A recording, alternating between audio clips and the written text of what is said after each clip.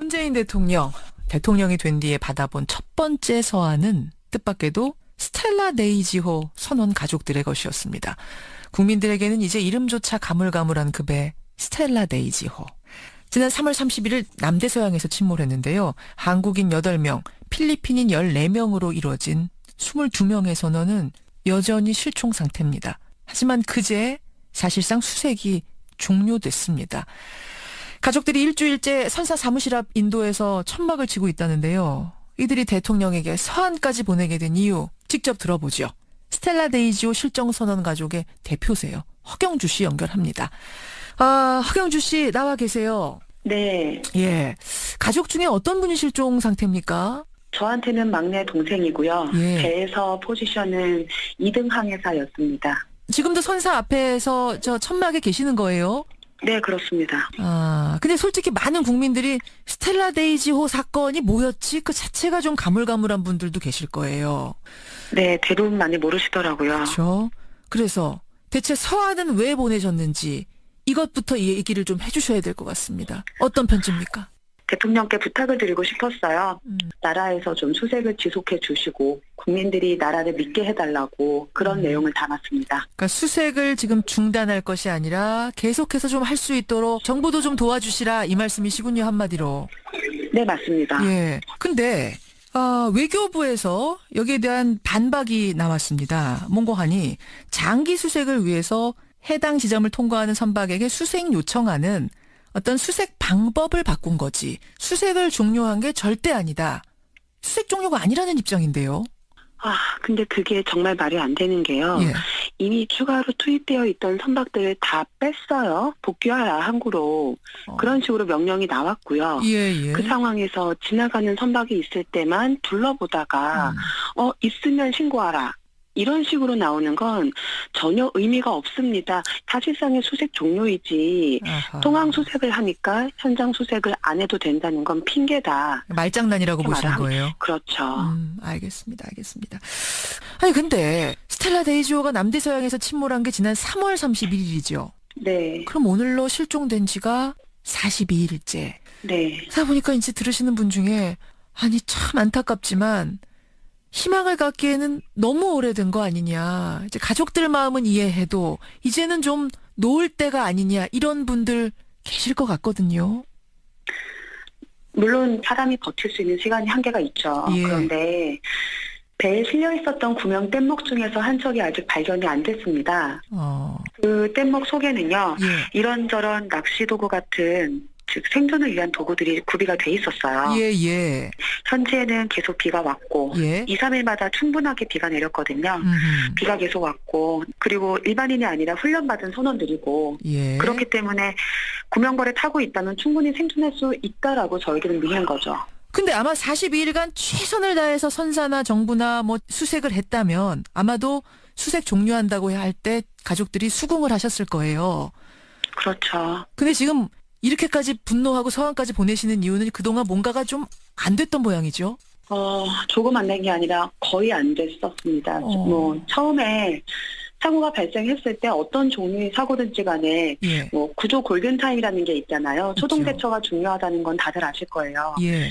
그런데 선사는 이유를 밝히지 않고 있는데 12시간이나 늦게 신고를 했습니다. 알고 나서도 네. 인지하고 나서도 네, 3월 30일 밤 23시 20분에 최초로 배가 침몰하고 있다라는 침수되고 있다라는 카카오톡 메시지를 받고 인지를 했고요. 예. 그로부터 12시간이 딱 지나고 나서 다음날 오전 11시가 넘어서야 정부에 최초 신고를 했어요. 왜 그랬다고 해요? 이유가 없습니다. 미처 생각을 못했대요. 정부에다 신고해야 되는 걸 생각을 못했다고 합니다. 자, 일단 거기서부터 늦었고 그다음에요. 그리고 정부에다가 신고한 뒤에 최초에 해경에서 신고를 접수하고 해수부를 통해서 외교부에서 그날 오후 1시 정도에 대책반이 만들어지고 나서 그날 저녁 7시에 저희 가족이 외교부를 찾아가서 예. 물어봤어요. 뭐 하고 있냐고. 어허. 지금 무엇을 하고 있습니까? 예. 그랬더니 거기서 나온 답이 침몰한 선박을 찾고 있다 그랬어요. 예. 그럼 지금까지 7시간 동안 도대체 뭘 했냐. 어이없게도요. 대통령 권한대행한테 보고할 문서를 만들었다. 그리고 언론에 뿌릴 보도자료를 만들었다. 7시간 동안 그냥 시간을 보내고 있었던 거예요. 저희가 그때 물어봤어요. 예, 예. 아니 그러면 그 배에 구명정이 몇 척이 있냐, 몇 인승이냐, 예. 그 안에는 식수나 식량이 얼마나 들어있냐 예. 모르는 겁니다. 그걸 파악을 안 하고 있었던 거예요.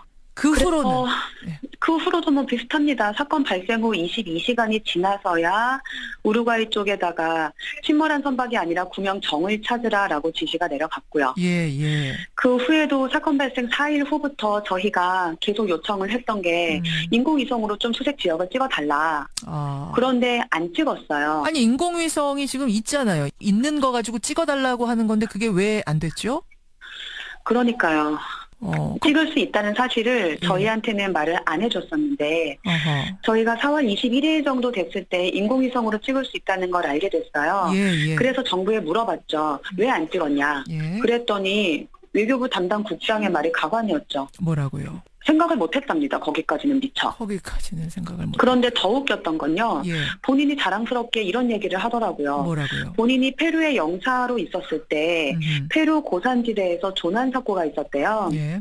그때 페루 정부의 요청으로 우리나라 위성이 페루 산악지대를 찍어줬고 그 덕분에 뭐 구조가 잘 이루어져서 페루 정부로부터 정말 많은 감사를 받았다고 해요. 그 경험이 있는 분이 근데 왜 이번에 그러니까요. 생각을 못 하셨을까? 왜 그러면은 안 했냐고 그랬더니 예. 육지는 찍었는데 바다는 찍을 걸 생각을 못 했답니다. 제가 그래서 물었어요. 예. 아니 보통 개인이 그렇게 놓치는 것이 있을 수 있으니 그럴 때 어떤 타임에 무엇을 해야 될지 정확하게 규정되어 있는 것이 매뉴얼 아니냐, 위기 대응 매뉴얼 없냐 라고 제가 물었더니 외교부에서 예. 선박사고에 관한 건 아마 해경에 있을 겁니다 이랬고요. 바로 옆에 계시던 해경분한테 물어봤죠. 예. 그분은 이거는 해수부에서 관리하는 사항입니다 라고 하고요. 해수부에 다시 물어봤죠. 예. 이거는 해외에서 일어난 사고이기 때문에 외교부의 매뉴얼이 있어야 된답니다. 도대체 어디 있는 거예요? 그 매뉴얼이란 건? 없어요. 어떻게 없습니까? 이게 있는 처음 일어난 사고가 아닐 텐데. 그러니까 저희가 답답한 겁니다. 그럼 그동안 한 달여 기간 동안은 뭐 계속 그런 식으로 그냥 우왕좌왕 하면서 지나간 거예요? 네, 우왕좌왕만 했고요. 정부에서 먼저 이런 장비를 투입해 보겠다 혹은 이렇게 수색을 해보겠다라고 한 적은 단 한 번도 없었고요. 예. 저희들이 먼저 인공위성 투입이 가능하다는데 찍어주세요. 예. 또는 심해 수색 장비로 가능하다는데 혹시 그 위치에 구명벌이 예. 빠져나오지 못하고 배에 걸려서 침몰을 같이 한 건 아닌지 확인 좀 해주세요. 예. 혹은 국가 소유의 선박이 그 근처에 있는 걸 나중에 알게 됐어요. 4월 28일에서야 좀 수색을 해달라. 예. 그랬더니 이건 구조용이 아니고 연구 목적 선박이라 어렵다. 근데 저희가 또 찾아냈어요. 그 배가 구조 역할을 했던 적이 있었던 걸. 그래요. 신문기사 통해 찾아냈어요. 저희가 얘기를 했죠. 아니 예전에 러시아 선박 구조한 적이 있지 않냐. 예. 며칠 뒤에 한국 어선이 침몰을 또 하는 일이 있어서 예. 그때도 찾아가서 구조 다 해주고 며칠 동안 연구 일정 다 미뤄져 가면서 기다려주고 다 했더라고요. 아니 그러면 우리한테는 저는 안 해줘요. 지금 들으면서 일부러 안 해줄 이유는 없잖아요. 다른 나라 것도 해주는데 도대체 왜라고 생각하세요? 왜? 저희는 알 수가 없죠. 설명을 안 해주고 그저 연구 일정이 잡혀 있어서 불가능하다라고만 해요. 그 연구 일정은 5월에 있는 게 아니고 6월에 있는 겁니다. 혹시 수가 적다 보니까 국민적인 관심도 좀 떨어지다 보니까 목소리가 힘이 없다 보니까 이게 좀 밀리고 있는 건 아닌가 아쉬운 생각도 드시는 거예요?